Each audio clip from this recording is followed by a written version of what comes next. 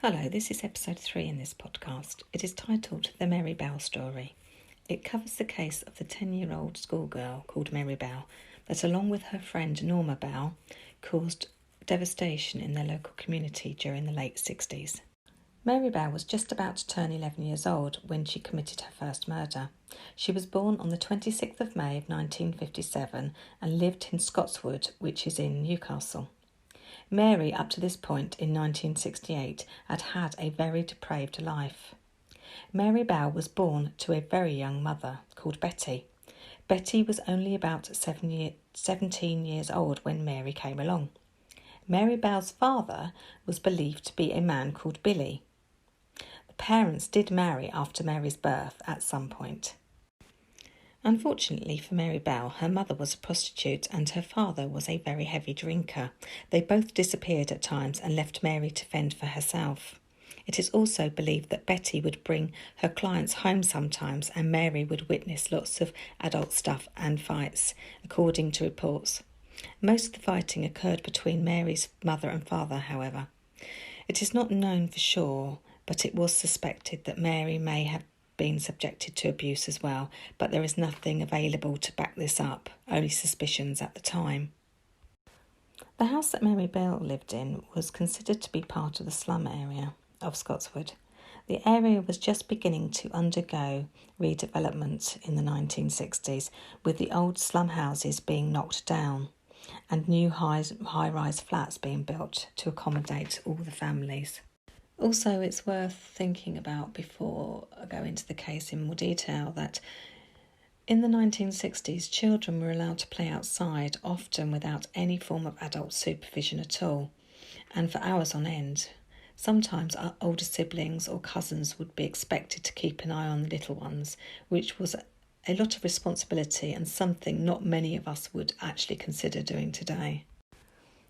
Times have certainly changed over the years, largely due to people becoming more informed about hazards that are out there and the knowledge that unfortunately there are some very disturbed people out there who will prey on children. Also, there is more traffic on the roads, which makes a difference to how young children are supervised. But sometimes tragedies happen, which they certainly did in this case. The first that anyone was aware of the two young girls, Mary and Norma, was when they started to bully the younger children in the local area. They had been suspected of causing injuries to a little boy who had been found just wandering around by himself, crying and with marks on him. Obviously, a 3-year-old is not going to be able to say very much about what had actually happened to him, but Mary and Norma were spoken to, but they both denied having anything to do with it. There was apparently another incident, this time with a little girl. It has been said that Mary Bell tried to strangle her too, but not very much appears to have been done to find out exactly what had actually happened to the little girl. So from very early on, there were very deep-seated problems with Mary Bell. Local residents acknowledged that she was a sadistic girl and out of control. Norma Bell, although there is evidence that she did carry out some of the attacks, she's always portrayed as being a follower and almost just went along with it all.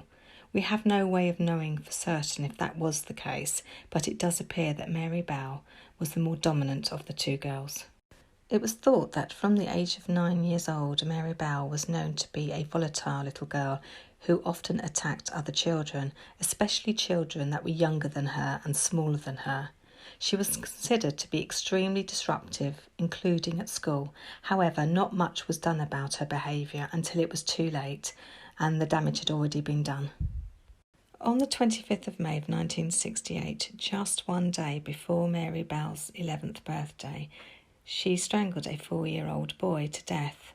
The young boy was called Martin Brown and he had lived in the local area. The crime happened in an abandoned house in Scotswood, and Mary Bell had lured him there with the promise of giving him a little massage. The little boy's body was found by 2 local boys who had been playing in the area. At first, the police thought the boy had either had an accident, although there were not any marks on his body, or that he had accidentally overdosed on some tablets. Apparently, they had found an empty pill bottle next to Martin's body.